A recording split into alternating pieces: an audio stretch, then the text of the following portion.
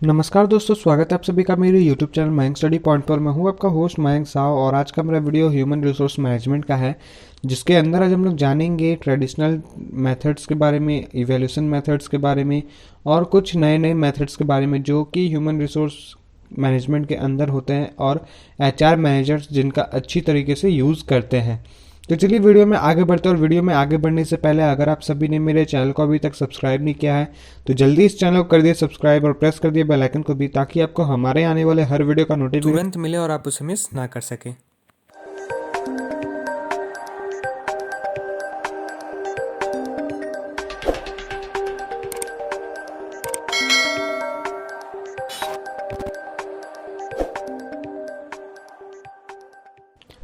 तो दोस्तों अब हम लोग यहाँ पे बात करें ट्रेडिशनल ट्रेनिंग मेथड्स के बारे में। तो ट्रेडिशनल को हम लोग सबसे पहले समझते हैं, उसके बारे में जानने से पहले ट्रेडिशनल जो होता है, जो प्राचीन टाइम से हमारे देश में या फिर किसी भी देश में चलता हुआ आ रहा है, चाहे वो किसी तरह का उद्योग हो या किसी तरीका का काम हो, वो चाहे किसी ऑर्गेनाइजेशन के अंदर हो या फिर आपके किसी घर के अंदर कोई काम हो, तो जो भी ट्रेडिशनल टाइप से चलते आ रहे हैं वो चलते आना चाहिए। और वही चीज़ ह्यूमन रिसोर्स में भी यूज़ किया जाता है। किसी भी ऑर्गेनाइजेशन के अंदर वो चीज़ का भी ट्रेनिंग दिया जाता है कि हमारे जो प्राचीन काल से जो सामान चलते आ रहा है, जो काम चलते आ रहा है, जो प्रोसीजर है, वो हमेशा चलते रहना चाहिए, उसको चेंज नहीं करना है। तो उसका भी कुछ हम लोग ट्रेनिंग देते हैं। जो उस कंपनी के, उस ऑर्गेनाइजेशन के जो पुराने एम्प्लॉयज़ होते हैं या फिर नए एम्प्लॉयज़ जो आ रहे हैं, उनको वो टेक्निक बताया जाता है जो बहुत यूज़फुल भी होता है ऑर्गेनाइजेशन के लिए। और अपना वो प्राचीन काल से जो चलता हुआ आ रहा है, जो हेरिटेज जो चीज़ होता है, वो भी नष्ट नहीं होता है।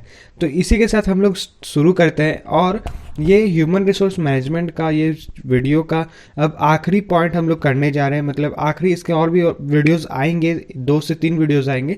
उसके बाद जो है ह्यूमन रिसोर्स मैनेजमेंट जो है वो प्रॉपरली ख़त्म हो जाएगा और हम लोगों ने सारा सिलेबस कंप्लीट कवर कर लिया है।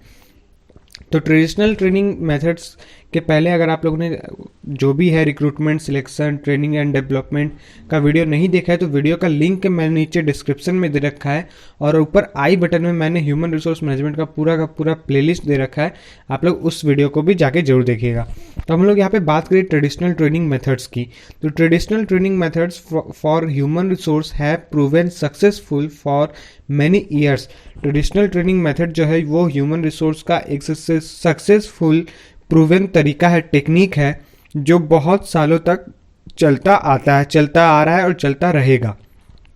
These techniques are useful and are used by many companies। और यह टेक्निक जो है ये बहुत ही लाभदायक भी है और हर तरह के कंपनीज, बहुत सारे कंपनीज जो है इसे यूज़ भी करते हैं।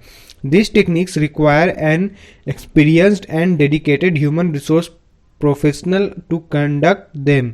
ये टेक्निक जो है, इन टेक्निक को अपनाने वाले जो ऑर्गेनाइजेशन होते हैं उनका बस एक ही रिक्वायरमेंट होता है, उनका बस एक ही कारण होता है, वो किन लोगों को रिक्वायर करते हैं, जिनको अच्छा एक्सपीरियंस्ड है, जिनका डेडिकेशन बहुत अच्छा हो ह्यूमन रिसोर्स का और एक प्रोफेशनल तरीके से वो काम करे, उनको टूल्स चलाने के, वो जो प्रोसीजर है वो चलाने में बिल्कुल अच्छा से आता हो कि आगे क्या होने वाला है। और वो सिर्फ और सिर्फ ट्रेनीज को दिया जाता है, वो सिर्फ और सिर्फ ट्रेनीज के लिए होता है यूज़फुल, और वो बहुत ही यूज़फुल होता है। To ensure complete success a throw and complete tracking system is very useful. और ये बहुत ही कंप्लीट होता है, कंप्लीटली सक्सेस इसमें मिलता है, इंश्योर होता है। और इसका जो ट्रेनिंग होता है, ट्रैकिंग सिस्टम होता है, बहुत ही ज़्यादा लाभदायक भी होता है कंपनी के लिए भी और ट्रेनी के लिए भी और ट्रेनर के लिए भी। तो ये होता है ट्रेडिशनल ट्रेनिंग मेथड्स। अब हम लोग जानेंगे प्रेजेंटेशन मेथड। प्रेजेंटेशन की, आप कुछ प्रोडक्ट बना लिए हो, मार्केट में भेजने वाले हो, आपका एक कम्युनिटी मीटिंग बैठ गया है, कमेटी मीटिंग बैठ गया, अब आपको वहाँ पे प्रेजेंट देना है, प्रेजेंटेशन दिखाना है कि आपको क्या करना है। ट्रेडिशनल आपके जो काम कर रहे, ट्रेडिशनल तरीके से आप लोग ने जो काम करवाया है या काम किया है वो किस तरीके से हो रहा है। One of the oldest and most traditional training method is the lecture. सबसे पहले प्रेजेंटेशन में लेक्चर दिया जाता है। जैसे कि मैं यहाँ पे वीडियो मैं बनाया हूँ, आपको जो वीडियो दिख रहा है, तो स्टार्टिंग में मैं क्या कर रहा हूँ, इंट्रोडक्शन दे रहा हूँ, फिर उसके बारे में थोड़ा सा बता रहा हूँ, बीच में जो ट्रेनिंग ट्रेडिशनल ट्रेनिंग मेथड है या फिर इसके ऊपर क्या, कहाँ पे है, ये किस बेस्ड पे काम आता है। तो ये थोड़ा बहुत लेक्चर होता है, जिससे भी हम लोग ओल्डेस्ट तरीके से बोल सकते हैं ये मोस्ट ट्रेडिशनल ट्रेनिंग है। Many of us are familiar with this form of learning since it is a very common way to teach in today's school system.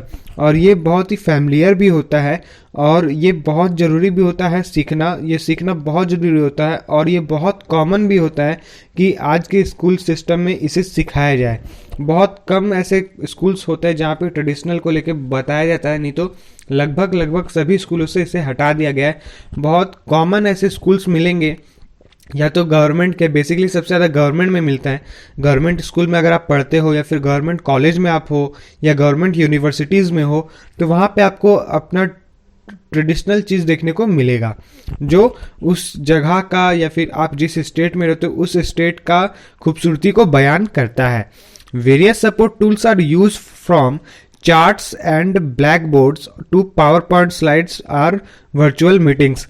पहले क्या होता था कि हम लोग जो प्रेजेंटेशन देते थे जैसे टीवी में या एडवर्टीजमेंट में कहीं देखते थे या अपने इमेजिनेशन में देखते थे कि या फिर अपने क्लासरूम में हम लोग जब बैठे तो जब कोई टीचर्स आते थे तो वो लोग हमें ब्लैक बोर्ड में या फिर एक चार्ट पेपर में दिखाते थे ये प्रेजेंटेशन बना के। लेकिन आजकल वही टेक्नोलॉजी, वही ट्रेडिशनल थिंग जो है, प्रोसीजर जो है वो टेक्नोलॉजी के थ्रू MS पावर पॉइंट में या फिर वर्चुअल मीटिंग्स में दिखाए जाते हैं। कंप्यूटर के थ्रू प्रेजेंटेशन बना के, जिसे हम लोग PPT बोलते हैं, PPT बना के दिखाते हैं।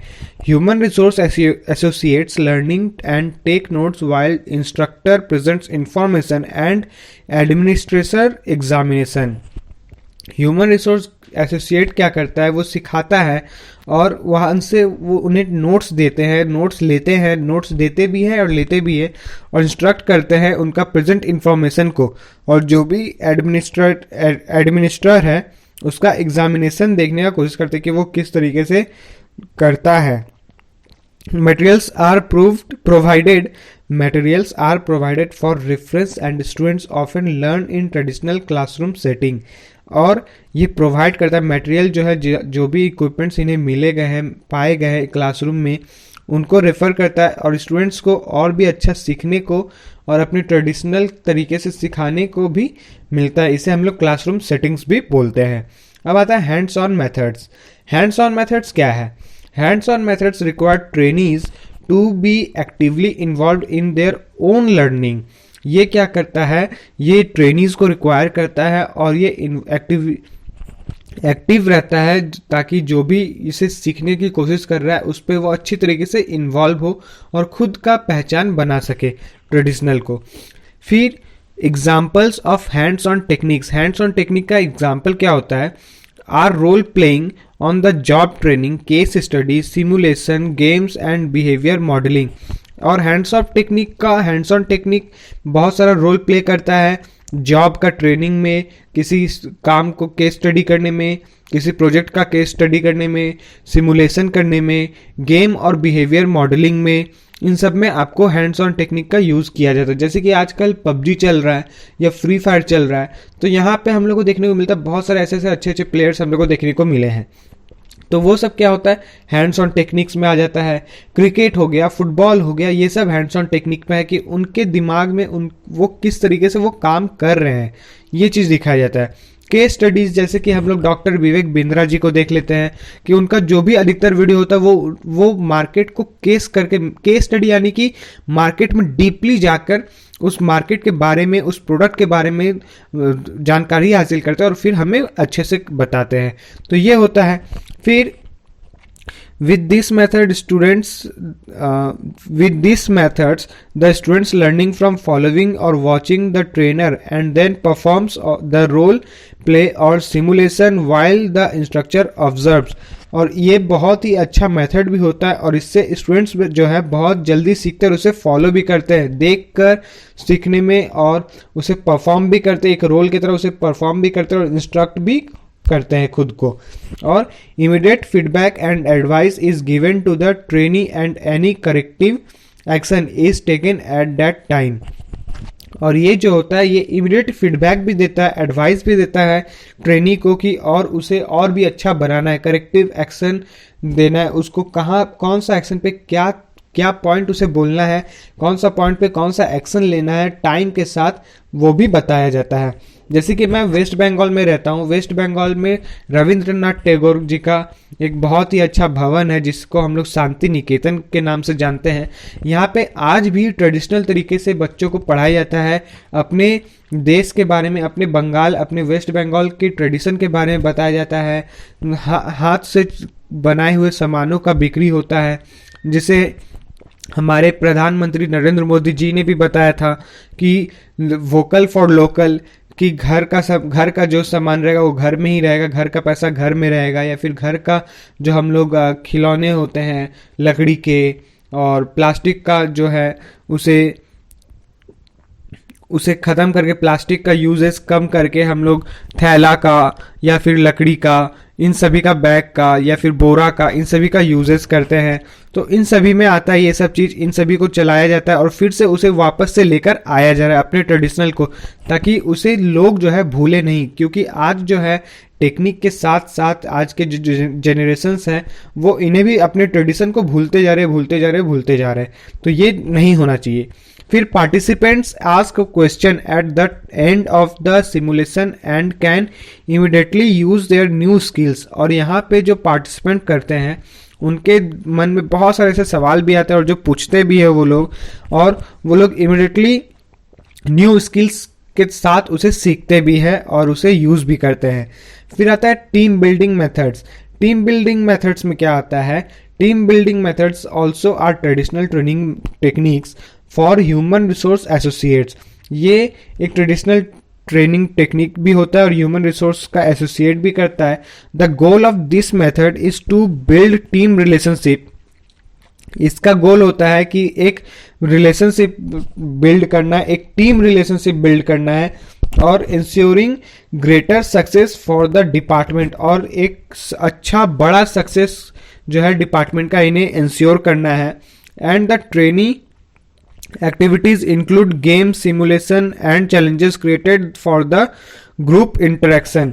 और जो भी एक्टिविटीज इंक्लूड किए गए हैं, या तो वो किसी कंपनी में हो या फिर स्कूल में हो, कॉलेजेस में हो या फिर कहीं भी हो जो उस डिपार्टमेंट में इंक्लूड किए गए हैं, उन सभी चैलेंजेस को क्रिएट करें और उसमें एक अच्छा सा इंटरेक्शन बनाए।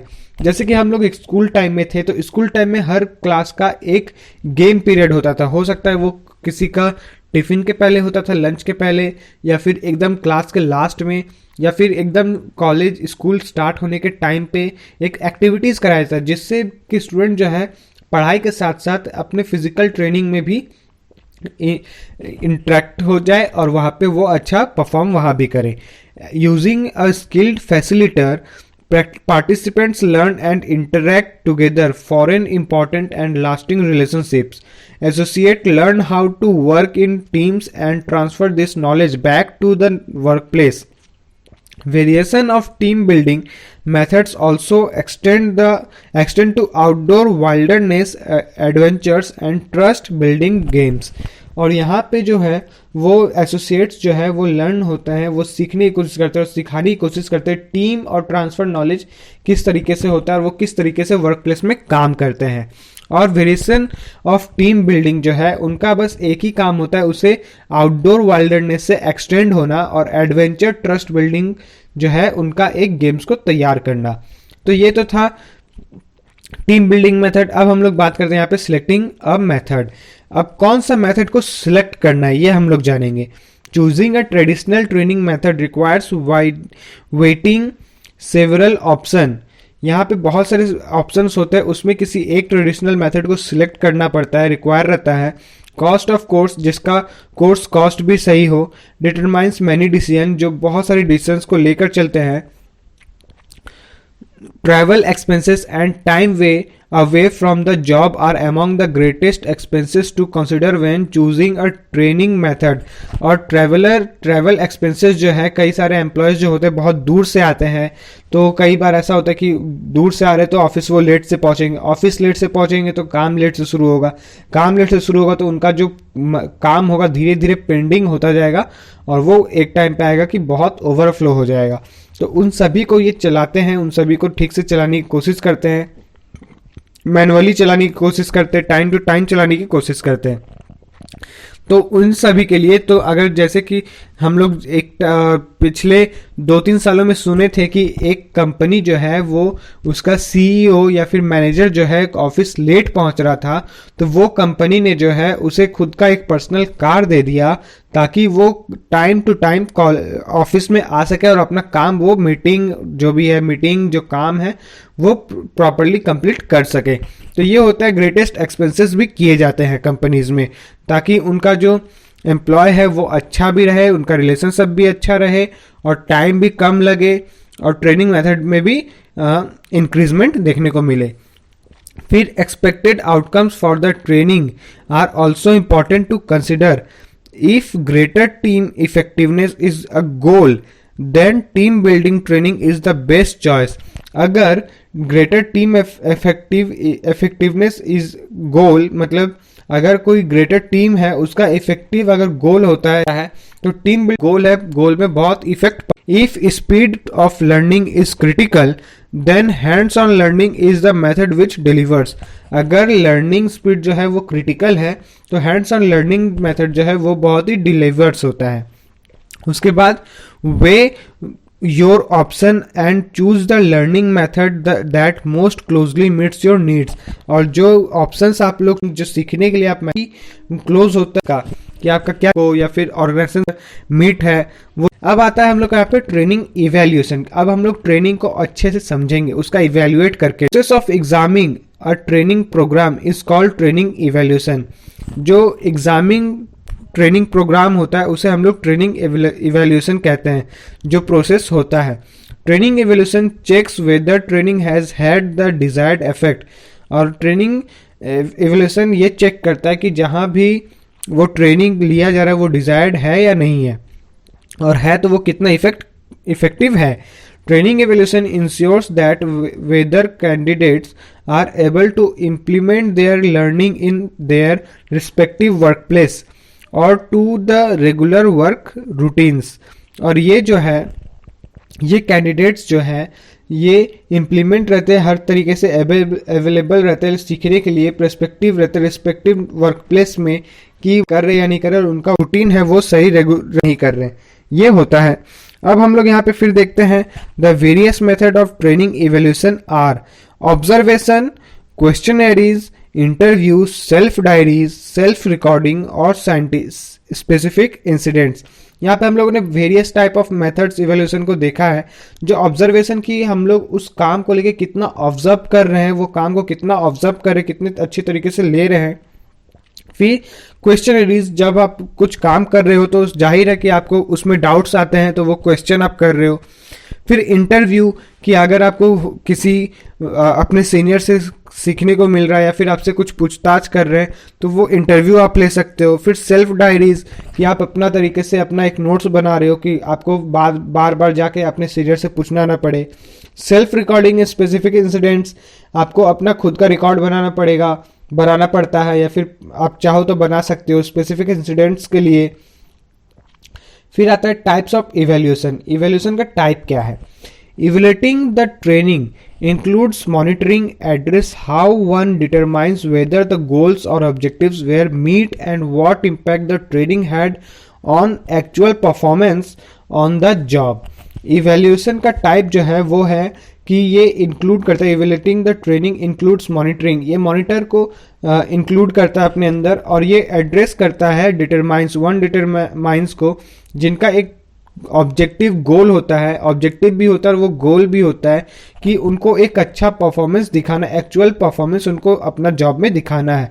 तो वो जनरली कितने तरीके के होते हैं, तो यहाँ पे हम लोगों ने 8 लिखे हैं। तो चलिए देखते हैं।